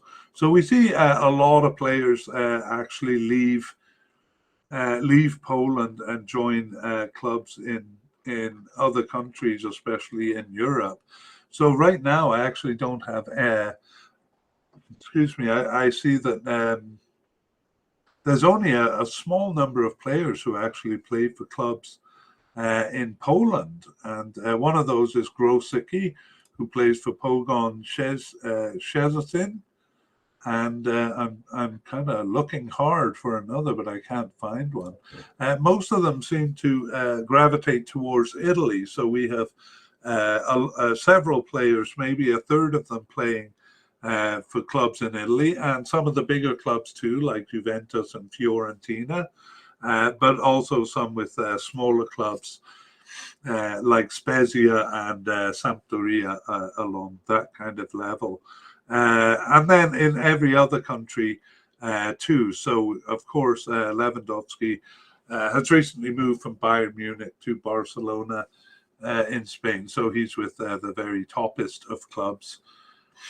And we saw that they have one player who signed a contract in Russia, so wasn't allowed to play. So those who were playing for Russian clubs have generally been loaned out now to clubs outside of Russia because the federation basically told them to do that. Among the players with teams in England, it's not really the top teams in England, but kind of let's say the bottom half of the Premier League there. So teams like Aston Villa, Southampton, and Brighton are represented, and even Barnsley, Michael Halleck, one of their lesser used players, that's a second division team in England. And then, of course, Germany, they have a few players with teams like Wolfsburg and Augsburg and Bochum. So again, not really the top level teams in Germany, but good teams nonetheless. So that's the story of Poland. They tend to leave Poland once they're able to sign on with bigger teams in Europe. Okay, club affiliations. Let's talk about age and experience a little bit now. So if you've been listening to other podcasts, you'll know that I've been working on a kind of a bit of a statistics page. And I'm looking at the total number of candidates that the team is kind of has on their plate, if you will. And so I basically compiled a list of players who have been called up since 2020. And the average is about 51. And Poland is lower than that with 44. So that's actually kind of a good thing in a way. There are a couple of teams in the 60s, like USA and Mexico and Ecuador, and it just seems like they have way too many players floating around, to say nothing of the disappointment of those players, because less than half of them will make it to the final squad. So 44 is a good number of players to be juggling, and it's lower than most teams actually. But most of those players for Poland um, are at the definite, likely, or possible. So they have 36 players under consideration, and that is actually higher than average. So they've been giving these players game time, um, kind of testing them out. And they will have a bit of a problem cutting 10 of them, because 10 of the players we listed as possible or higher here will have to go. And just as an example, for goalkeepers, they have one definite, and I believe it was two likely and one possible. So, one of them's got to go. And there's always room for a couple of surprises, that it may be one of the likely ones who don't end up making the squad. The third stat we have is players who are in the definite or likely category, and that's 22. So even if we have a couple of surprises, let's say, and a couple of players are cut there, and it goes down to 20. At 22, it means only 4 of the possible players can be added, unless you start cutting the likely, or players get injured, and Poland does have some injury problems, which we'll talk about soon. So the coach had some headaches there. He's basically got to cut. 10 players, and doesn't have a lot of room to work with there. Okay, some of the other stats we look at are average age of the team. Now, this actually doesn't matter much, because we have seen older teams win World Cups. The advantage being that they're more experienced and probably have a better chemistry on the field, because they've been playing together for a long time. On the other hand, the younger teams have the advantage of youth and speed, probably speed. So it's hard to say what it actually means. But I'll just say that this is at the slightly higher range. 25 to 27 is basically the range, and the average I have right now is 26.3. So they're just slightly higher than that. So no particular issue to talk about there. Average number of caps is 28.6, and this is actually also slightly above average, which kind of goes hand in hand with the team being slightly older than average. The total number of goals is kind of an interesting one. I'm still kind of learning how to interpret it. 171 for Poland, and this kind of takes me by surprise, because I don't really see them as a high-scoring team, but I'm beginning to change my mind when I see the other forwards they have beside Lewandowski, with the percentages that they have. Maybe I got to start looking at Poland as a scoring team. But I generally watch them in the cups, where they haven't been at their best, I would say, and they seem to me a team that kind of struggles to score, even though I know the reputation of Lewandowski. So they'll be looking, basically, this stat indicates that they score a lot of goals in qualifying. And so Polish fans will be looking to see that in the cup. Just one more interesting detail here. I didn't take out Lewandowski's goals. I reduced them to an average scoring ratio of 25%, which is maybe an average scoring ratio for forwards. So with Lewandowski reduced to average, the number of goals goes down to 128. So basically, Lewandowski is responsible for an inordinate number of goals for them. Now, it stands to reason because he is the forward, but he's particularly prolific. Lewandowski has 76 goals in his 132 games, so he actually accounts for about 40% of these goals that we see here. So with Lewandowski's goals reduced, it ends up being fairly average. The average is 117 goals. Nevertheless, maybe we got to change our perception of Poland as being potentially a high-scoring team. When we look at the average of goals per player, 4.8, that's also quite a bit higher than other teams.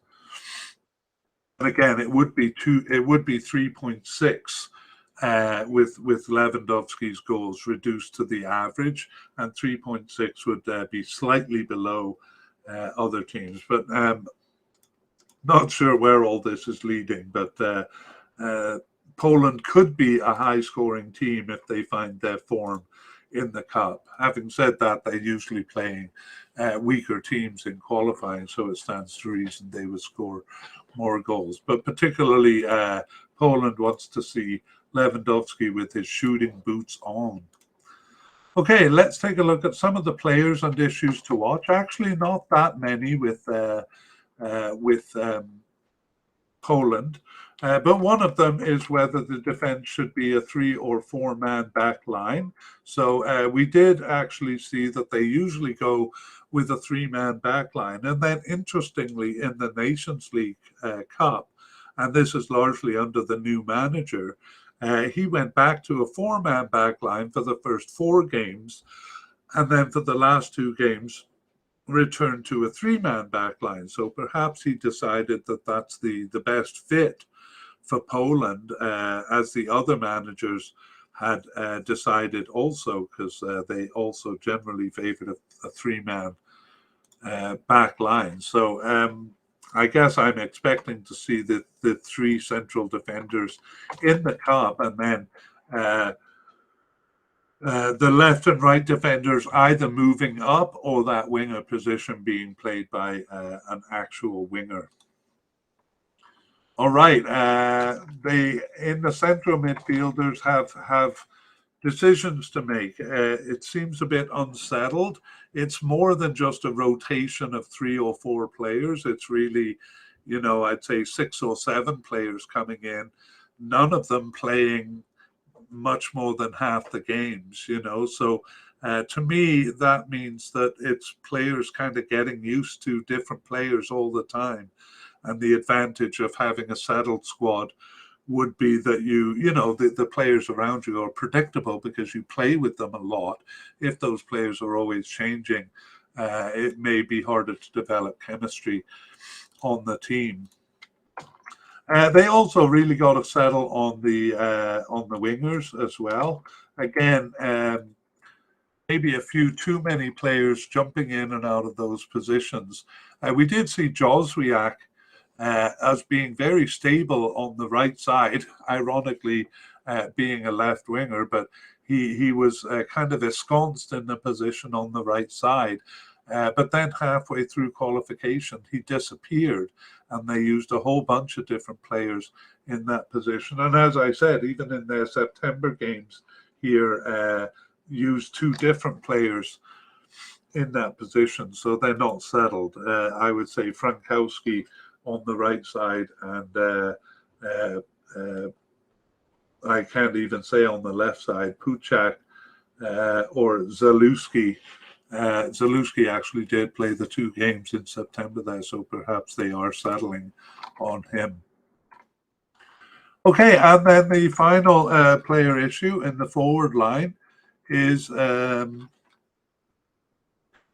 goals, or those players. We saw that the attackers really have good scoring records. I never actually went over that, so let me just tell you the percentages there. Robert Lewandowski scores in 57% of his games, 58% of his games. That is incredible for an attacker. Even 40% is a really high scoring ratio. And even though the other forwards have fewer games under their belt, Arkadiusz Milik has a 25% ratio. Piatek is at 40%, 43%. That's 10 goals in 23 games. Swiderski also 44% with 7 goals in 16 games. And who was the other one? Buska, 5 goals in 9 games. I doubt he'd keep up that average, but that's over 50% too. So their forwards really score a lot of goals. I got to say, though, none of the other players really do score that many goals. So most of those guys are under 15%. So they really rely on the forwards to put the balls in the net. The question being, are we going to see it in the cup? So, as I said, Lewandowski did score 3 goals in the Euro 2020, but they only earned a single draw in that tournament. So they want to kind of get meaningful production to get past the group stage. All right, let's take a look at some of the new names. So if you want the details on these, you'd have to kind of go back to the player-by-player section. But actually, the first new name is manager Czeslaw Mikniewicz, who just came in after the finish of the regular round of qualifying, but his first major game for the team was the playoff game, which they won over Sweden to get to this, but he did the Nations League games too, but still quite new to the squad.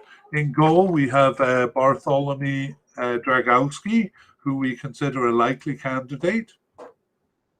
And we also have Kamil Grabara, who we consider a possible candidate, but they're going to have to cut, which we'll get to soon when we do the kind of starting lineup prediction. In central defense, we have Jacob Kiwior, who seems to be making good inroads to the squad, as does Matty Cash, the right back, and Robert Gumney is in there too. Matty Cash we have as definite to make the cup, and Robert Gumney as possible. And we move Jacob Kiwior up from possible to likely because he started in the September games here. Started both games. In the midfield, we have Simon Zurkowski. He's new to the team also. And Sebastian Szymanski. Both of those are likely candidates. Oops.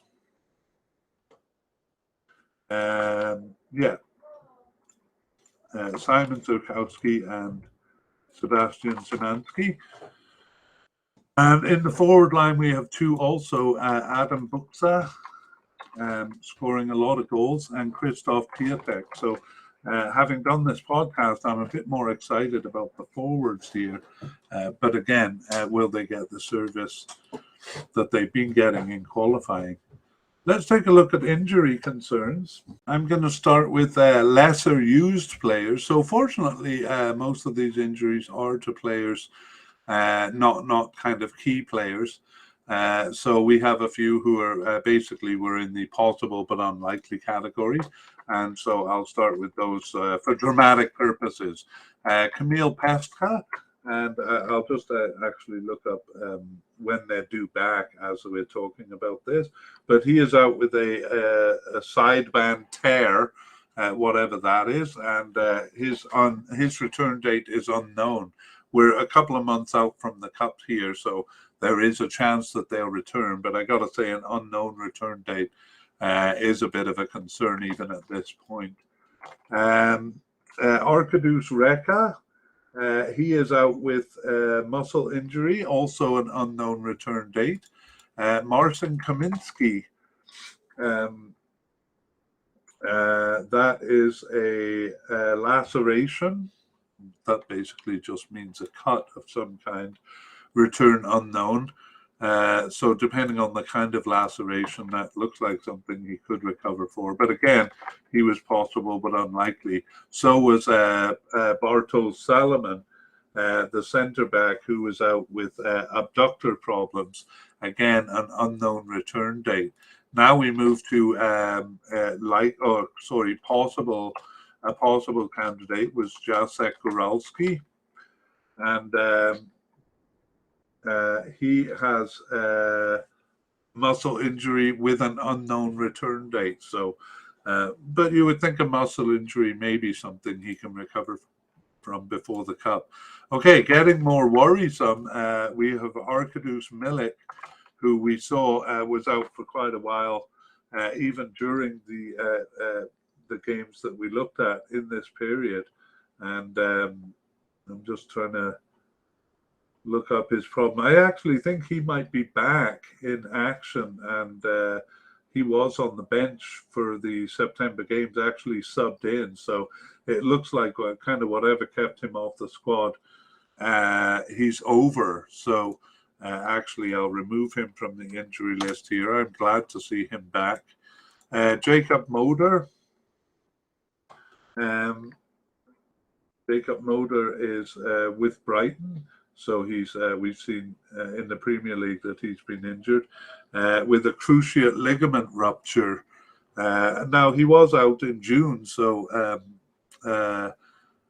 there is a chance that he could recover from that in time, but it sounds pretty serious. He's listed as return unknown, so that's a bit worrying because he was a definite candidate. Same with the other Premier League player, Matty Cash. Now, I think he is due back soon. Yeah, he's due back right around now from a torn tendon. So with about a month and a half to recover here, he probably will be okay. So a few injury concerns, and we will update in the update podcast there. Okay, now let's move on to notable absences. So I'm actually going to add a few names for those who just follow kind of from World Cup to World Cup. Lucas Fabianski declared himself retired last August. So played a game in October, but it was a kind of a farewell game. Kamil Jozwiak, who we saw actually play the first half of this period as a fixture on the right wing, but then in the second half he disappeared. Maciej Rybus was banned from the team because he signed a contract with the Russian team, whereas Polish players were told to leave their Russian team. So we won't be seeing him at the Cup. And then gone for a bit longer, Jacob Blaszczykowski. He had 108 caps with the team and was the captain. But the World Cup was his last tournament. He didn't participate in the Euro 2020 Cup, so he's been off the team for a while. And same with Lucas Pidczak. And I got to apologize to Polish fans for my brutal pronunciation of these names, but it really is a jungle of consonants out there. So I don't even know how you do it. I actually phoned a Polish friend to go over these names, but I wasn't able to reach him, so I was very fearful coming into this. Anyway, Lucas Pidczak, if you're watching on YouTube, you can at least see the spelling. He also wasn't part of the Euro 2020 squad, but he was a starter in the World Cup 2018, even though he did lose his starting position. But he's been off the team for a while. But again, for people wondering where those 2018 starters have gone, there we have it. Okay, the last matter we're going to deal with is going through the team once more and predicting the starters. So we saw that they went through two managers firing one not long before the Euro Cup and the other basically in December of last year after qualification. So these poor managers got Poland through qualification and then lost their job. You can hear the details in the player by player. Anyway, it's Czesław Michnowicz, who is the manager for the team. I doubt they will change that now. And once again, you can see if their name is colored in gray there on YouTube, that means they haven't been through a tournament before. Okay, for goalkeepers, Wojciech Szczesny, we almost certain he'll be the starter because even when Lukas Fabianski was there, he still got the starting position over him. However, they do have a bit of a headache for substitutes with, I would guess Lukas Skorupski looks like he would be the first backup. So maybe the difficult decision is between the likely and the possible candidates, Dragowski and Grabara. But we're not really getting into that here, mainly focusing on the starters. For central defense, I would say Bednarak and Glick have been the most steady in that position. We talked about them using a three-man central defense. So it looks like Jacob Kiwior is moving into that position. I'm almost going to put him as a starter here because he's really made inroads. Started the 2 games in September as a thing, but maybe that's too bold, and I'll just put him as a definite substitute at least. Among the other ones, as I said, for the Nations League, they brought in a different group of players, kind of secondary players to try out. So it's really hard to say who among these players will be chosen. But generally they bring probably around 5 central defenders. So I think a couple of them will be, but I can't really hazard a guess as to which player has much stronger chances than the others. So Dawidovic, Halleck, and Wiateska seem possible candidates, whereas Salomon and Kaminski seem possible but unlikely. And we saw that Kaminski is also on the injury list. For left backs, we have Timotheus Pukas. I would say, I wouldn't say as a starter. Oh, that's tough. Well, they got to use someone, but they sometimes bring people from a different part of the field. So I'm not confident enough. Okay, I'm going to put him as a starter, but I'm not 100% on that. The only other candidates we have are possible but unlikely. However, there is a chance of a central midfielder or even a left winger moving into that role. So no, I can't put Pukas as a starter. I just can't, because there's too much chance it'll be someone else. On the right back, though, I'm a bit more confident in Berezinski as a starter. And we have him as a definite candidate for the Cup. However, he is being challenged by Matty Cash, who, despite being on the injury list, should make it to the Cup. But I still think Cash will be more of the backup there, and I'm gonna go with that. We do have 2 possible candidates, Gumney and Kedziora, to be on the squad, but I don't think they're in the running as a starter. Okay, defensive midfielder, Gregor Krychowiak. I'm going to say a definite because they're playing tougher teams here, and so they will need a more defensive-minded midfielder. So I think he will be a starter here, but I really am not confident enough to say anyone else as a starter. Actually, Goralski is on the injured list too, so that's another strike against him as a possible starter. So I'm going to leave those alone. Jacob Moda we have as a definite candidate, and who knows, if he's fit, he could be a starter, but he's been out for a lot of games now, so we haven't seen him in the system for a while, so I'm not bold enough to say that he'd be a starter. Matthias Klitsch and Carol Linetti. Well, I think one of those two will start, but I honestly can't say, which one will. Neither of them have played enough games to make an argument that they would be a starter, but they are often in the squad. Actually, Simon Zurkowski seems to be making inroads.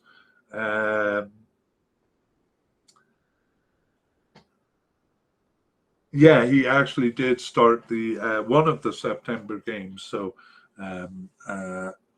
he's also a possible, but I think a little behind Klitsch and Linetti. Left midfielders, again, Camille Grosicki has kind of been drifting off the squad, but then started to come back in towards the end. But I certainly wouldn't have him as a starter because he really hasn't been. Zalewski is a left winger. There's several left wingers who are potential candidates to start. And I'm seeing Zalewski as having started both games on the left. So I'm glad I kind of took the green off of the left back there. Pukac. And I think Zalewski's a more likely starter. So I'm actually going to say him because he started the September games, but not with any great confidence. It's also the fact that the other players don't look far less likely than he does. Rybas actually is basically off the team because of signing that contract with the Russian team. Frankowski does seem to have been making inroads on the squad, and I believe he started in September too.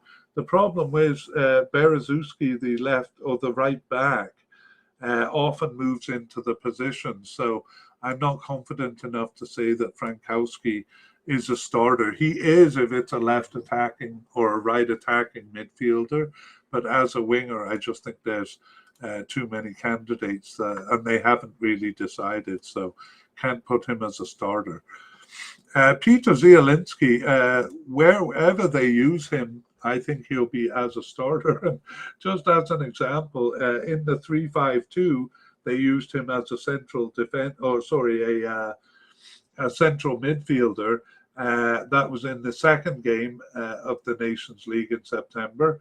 And in the first game, they used him as a right attacking midfielder. So the guy could be anywhere, but he usually is on the pitch. Actually, Sebastian Szymanski also seems to be making inroads into the team. He did start one of the two games, but I can't put him down as a starter. Robert Lewandowski, I'm fairly confident. In fact, I would bet one of my children that he's going to be a starter. Okay, I wouldn't bet one of my children, but just I do have that level of confidence. And because they often do start with two forwards, I think I'm going to put Swiderski as a starter. Am I? Well, definitely the backup then. They had two forwards in one game in September, but just the single forward in the second last game.